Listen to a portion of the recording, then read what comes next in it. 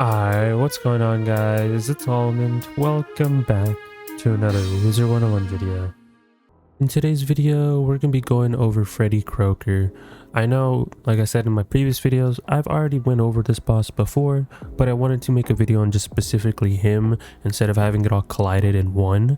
But same thing I did with Crash. This is like the same scenario where I'm just gonna quickly go over the fight, talk about the possible strats that you can do, and the one I do, of course. And this boss is overall really good. I'd say it's like one of the best bosses in my opinion to farm. Other than Crash, it's like a toss-up between those two, but this is what I recommend. So if you do enjoy this type of content, be sure to leave a like, subscribe, all type of stuff. And if you guys want to know how to do the fight properly in the Discord, make sure to check out the PvE guides channel, and that has how to do most of these fights that I post on the YouTube channel. Everything's like listed in slides, so to make it easier for players so they don't have to go back to the video over and over. So Freddie as a whole, he's been through some buffs and changes quite a bit from last I tested him, which is back in test realm.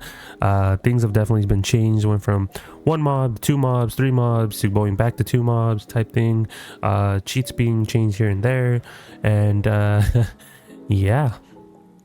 But what the whole premise is behind Freddie, I think it's like every 2 rounds or something like that, he will dispel you corresponding to your school. So it's basically a chromatic dispel, and it's not that fun, right?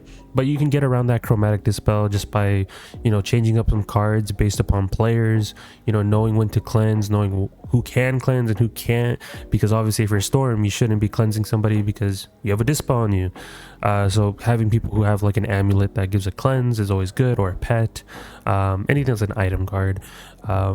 Fires, of course, you know, that's the whole premise of your Scald Incendiate, because, you know, if you have 2 fires, one for Scalding and one for Incendiate, it requires you to have a Will-Cast Cleanse pet, one to cast a cleanse on the person that's hitting, and one to use your pet to cast a cleanse on the Incendiator.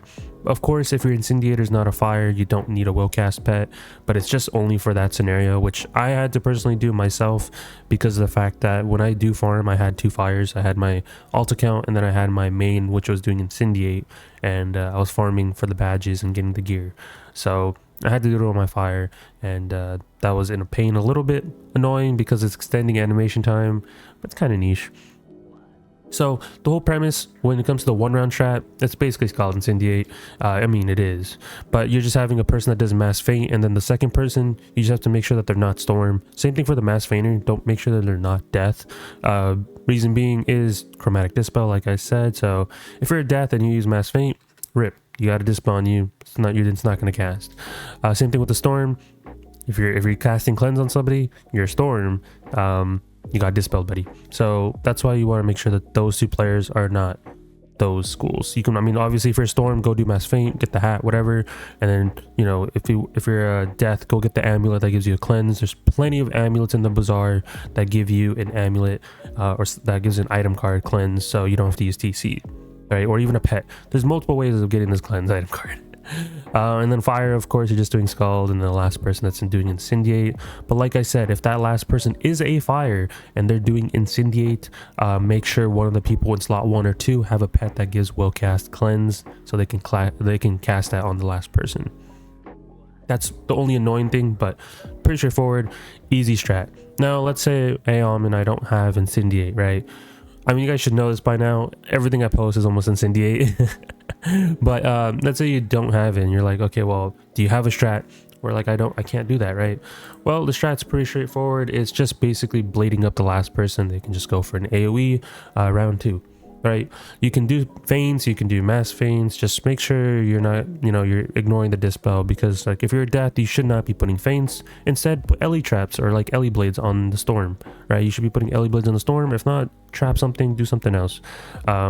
And then if same thing forward, if I'm a balance in this fight, do something else, carry a cleanse, carry a mass feint, carry a feint, stuff like that. And then it's pretty straightforward. Sometimes you might need to cleanse twice on the 2nd round because they do have V-Plague in their deck, and RNG is different. You know, sometimes you get hit with the V-Plague and then they cheat cast Monster Mash, or not Monster Mash, I think it's called I forgot the actual spell name, but it's basically Monster Mash.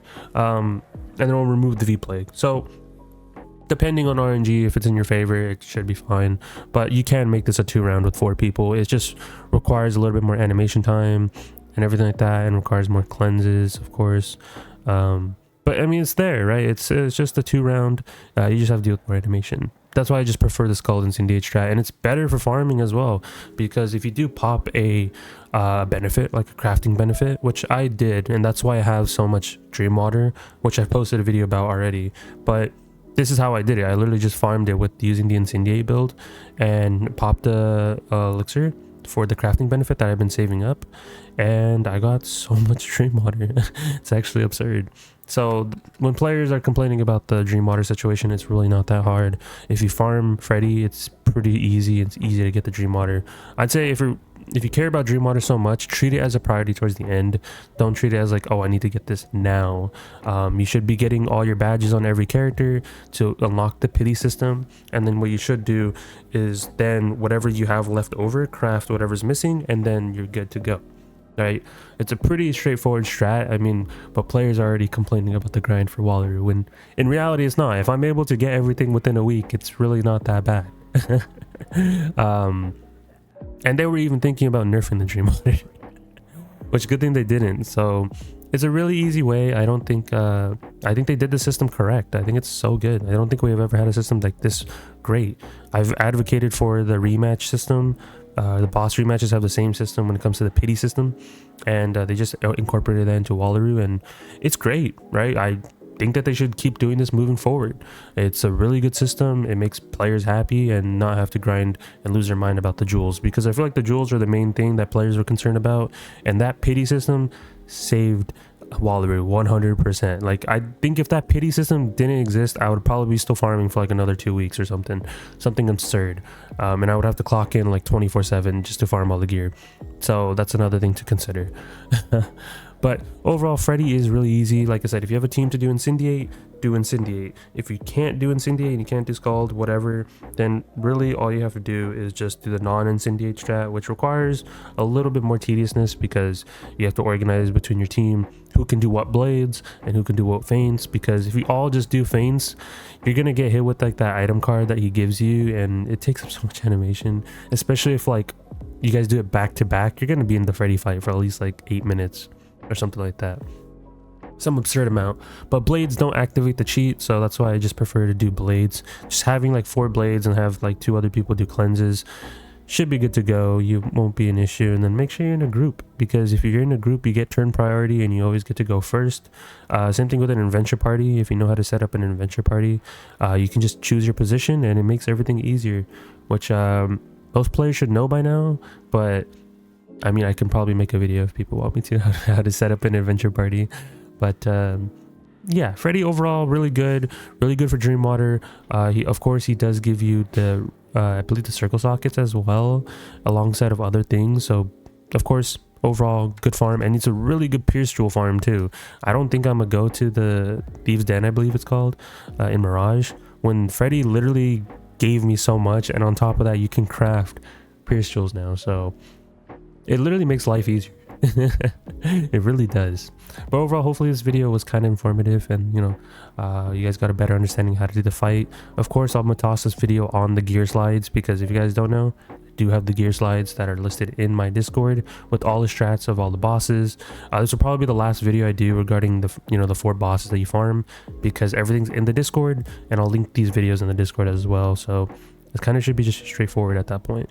But if people really want me to, I can come back to some of these bosses, and if there is a change, like to the cheats or like the rates or something like that, I can, make another video. But I don't think that's happening anytime soon, at least from what I know. But that is it. Hopefully you guys enjoyed. Be sure to leave a like, subscribe, all that type of stuff. Join the Discord if you haven't. Appreciate all the people that have been joining the Discord as well. And yeah, so that's about it. And I'll talk to you guys in the next one. Peace out, guys.